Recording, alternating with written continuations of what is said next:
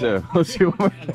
All right, so what's your name? My name is Aaron Vaughn. Okay. I'm a co-owner of Overland Automotive. We've been in business now for coming up on 4 years. Okay. And so you were saying that you started with stuff that you weren't like super proud to be selling. Yeah. How long have you kind of been doing? So we started off right out of high school, me and another one. His family has a dealership just down the road.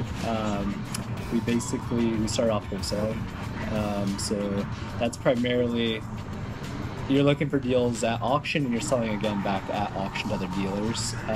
It's a hard business. What makes it hard?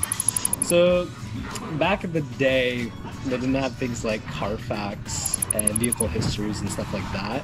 So if we go ahead and buy one at auction, let's say a month ago, it's already on that Carfax. So all these dealers are seeing, hey, this is a wholesaler. Why are we giving them extra money when we could be paying less for this? I mean, it's good if you know exactly what to buy at exactly which price and where to take it and sell it. And they opened up a retail side of their business. They have 4 brothers, basically. One broke off and started that retail side and slowly kind of figured it out. And we were kind of there for the evolution of that. And because there are 4, we decided, hey, you know, like, we get a small place of our own and kind of grow it and give it a shot. So that's where we were buying, you know, real cheap starter cars. So we were looking at like older Subarus with a bit more mileage on them. And you know, we were probably asking for our most expensive car $8,000.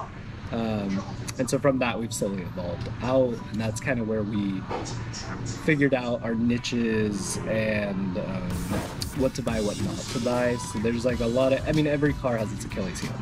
And so figuring out what that is, and you know, like with Subarus, you're looking at every single one has a head gasket issue. And if you go to Subaru just to get that fixed, it's probably $3,500. So after selling enough of them, we found the right guys that service them. So we primarily use a shop out of Portland, and you know, it's about half the price of that. And so just figuring out all these little things each car needs and trying to get a deal on it worked. And that's usually through volume, you know, we're doing something.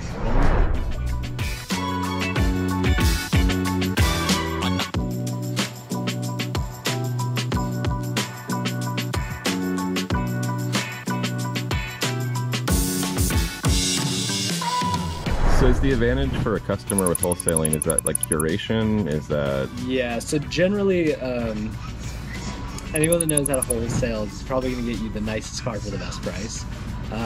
So with that, we're always looking at a good business model too is, hey, I should be able to make money on this car if I'm going to wholesale it. And to take something like that and retail it, you're usually in your safest position. Because let's say you have that car for 2-3 months and you can't sell it. You can take it back to auction, you can at least break even or make a little bit. I mean, the worst and the hardest thing in this business is losing money on a car. That's kind of killer. I mean, you do that enough time to go out of business. Has things kind of course corrected since COVID, or? Yeah, so I'd say around, we saw prices start to fall late 2022. And I would say, you know, earlier 2023 they started to come back down, and now they seem to be stabilized. We don't see a lot of spikes, we don't see a lot of dips. When was that stabilization? Did it really occur? I would say it's maybe February this year that seemed to kind of even out. You know, like if I had family members and stuff like that that were looking at buying cars during the peak, I was gonna say stay off. Yeah, like unless you desperately need a car, don't buy right now. Like you're gonna be paying, you know, $5,000 on top of what it's actually worth. And that's the idea with like financing and stuff like that. Like if you're looking at getting a loan on a car and you're paying top dollar, let's say you outgrow that car and want to get rid of it, you're gonna be carrying a lot of negative equity with you. And that's one of those things like, hey, yeah, I just told my car I need something to get back to work. Like you kind of have to. But if it's a luxury or a choice, it's better to stay away. Do you facilitate in-house financing, or do you? So we actually don't. We don't do any in-house financing, which is kind of abnormal for most dealers. We do all of it through local credit unions. Whereas most dealerships, they're making a lot of money on their service contracts, warranties, stuff like that, the back end financing. We try to make it up front. So what we sell the car for is usually our profit or loss. You have no profit agreement with the credit union, or? No, we've stayed away from it. I mean, a lot of them will try to lock you in, but For full contracts. yeah, so. yeah, we like to be flexible and just, so most people appreciate getting that lower rate. Some people are kind of, hey, I need it, I want it now, I got to do it now, or we're like, okay, I'll do with that. But it's always kind of been our business model when we started with it. It seems to work pretty well for us.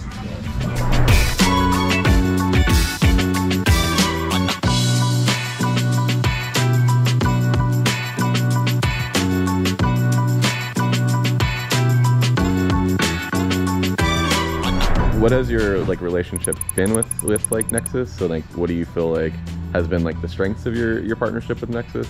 Efficiency and cost. So the one we used to use for mostly out of Washington and everything like that, we'd basically, okay, let's put in this order. Hey, we just bought this one, we need it shipped. We'd be waiting 2 weeks for a car even from like Seattle just to get here, and then we're paying crazy high fuel costs because we're a smaller shop. We're not shipping in 8 at a time, we're shipping in 1 or 2, so they're tagging it to another load.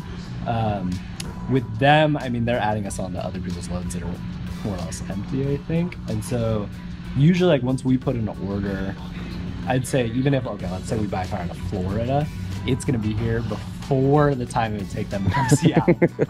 So they're quite a bit more efficient than what we're used to. So how crucial is efficiency in your business? Like So that's the biggest thing. So with our business, we used to be all cash. So whatever we pay for that car is what we are in that car, plus everything we've done to it. I'd say 6 months ago, we switched into flooring, which basically every day you have that car, it's costing you money. So if we buy, let's say, a $30,000 handicap van out of South Texas, and we're waiting 2 weeks for it to get here, we owe $500 on top just for those 2 weeks. Versus if it gets here within, a few days, like that's saved us so much time and money already that it's just like, I don't know, it's timing hurts you in this business. Yeah.